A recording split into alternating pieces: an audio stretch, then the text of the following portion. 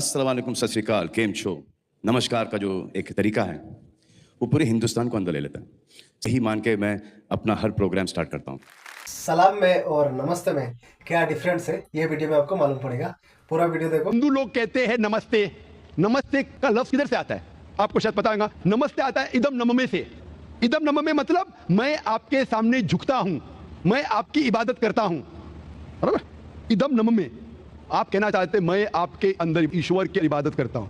मिसाल के तौर पे वो आदमी चोर है, वो गलत काम कर रहा है, बलात्कार कर रहा है, आप उसको ईश्वर बोलेंगे? आप ईश्वर को इतना घटिया समझ गए? वो बलात्कार करने वाले इंसान को बोलते हैं आप ईश्वर है। इससे भाईचारगी बढ़ेगी नहीं घटेगी। वो बलात्कार करने वाले को, वो चोर को, वो डाकू को मैं ईश्वर मान रहा हूं, उसके सामने झुक रहा हूं। अल्लाह को क्यों गाली दे रहे? ईश्वर को क्यों गाली दे रहे? खुदा को क्यों गाली दे रहे?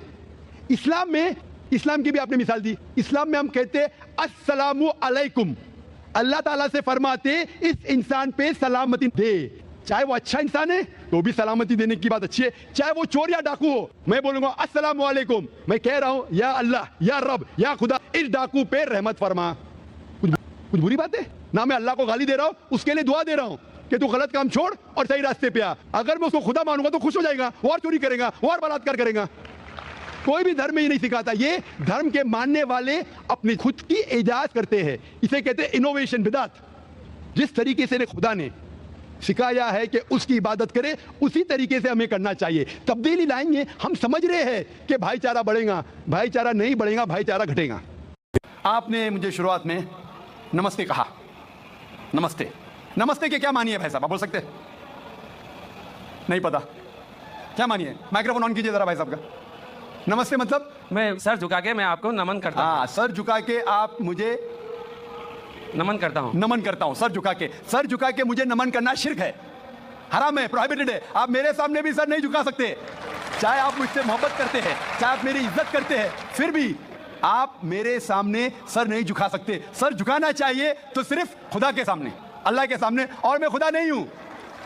आप जानते हैं, आप मेरी इज्जत कर सकते हैं, मेरी बात जो मैं कहता हूं उसके ऊपर अमल कर सकते हैं, लेकिन आप मेरे सामने सर नहीं झुका सकते। इसीलिए मैं जवाब में आपको कहूंगा अस्सलामु अलैकुम। आप पे सलामती हो, आप पे सलामती हो। आप समझे ना? मैं आपके सामने झुक नहीं सकता हूं। ये सिर झुकेगा तो सिर्फ अल्लाह के सामने, सिर्फ खुदा के सामने। तो आपने बड़प्पन में मुझे कहा, लेकिन अगर गलत चीज कहा तो मैं वापस से जवाब नहीं दे सकता हूं, क्योंकि मैं जानता हूं जो लोग नहीं जानते वो ऐसे हरकत कर सकते। मिसाल के तौर पर 1 महीना पहले मैं जब बॉम्बे एयरपोर्ट पे था तो एक औरत, हिंदू खातून, मुझे पूछी कि आप डॉक्टर जाकिर नाइक है?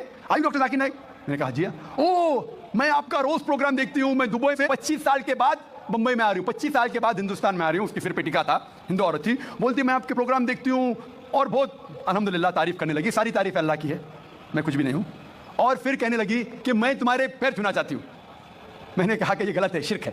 तो बोले क्यों? वही जवाब मैंने दिया, आप जो भी कहो मैं आपकी बात मानूंगी। तो मैंने कहा आप कुरान मजीद पढ़िए, कुरान मजीद पढ़िए और इसके ऊपर अमल कीजिए। और मैंने तकरीर की है similarities between Islam and Hinduism. Islam और हिंदुइज्म में यकसानियत, और साबित किया है कि हिंदुइज्म में भी लिखा है कि आप सिर्फ एक ईश्वर की इबादत करना चाहिए, जितने ऋषि आने वाले उनमें मानना चाहिए, और मोहम्मद सल्लल्लाहु अलैहि वसल्लम में भी। तो आपको अगर कुरान और वेदा पे अमल करना चाहिए जो यकसा है, आपको खुदा में मानना पड़ेगा और आखिरी पैगंबर मोहम्मद सल्लल्लाहु अलैहि वसल्लम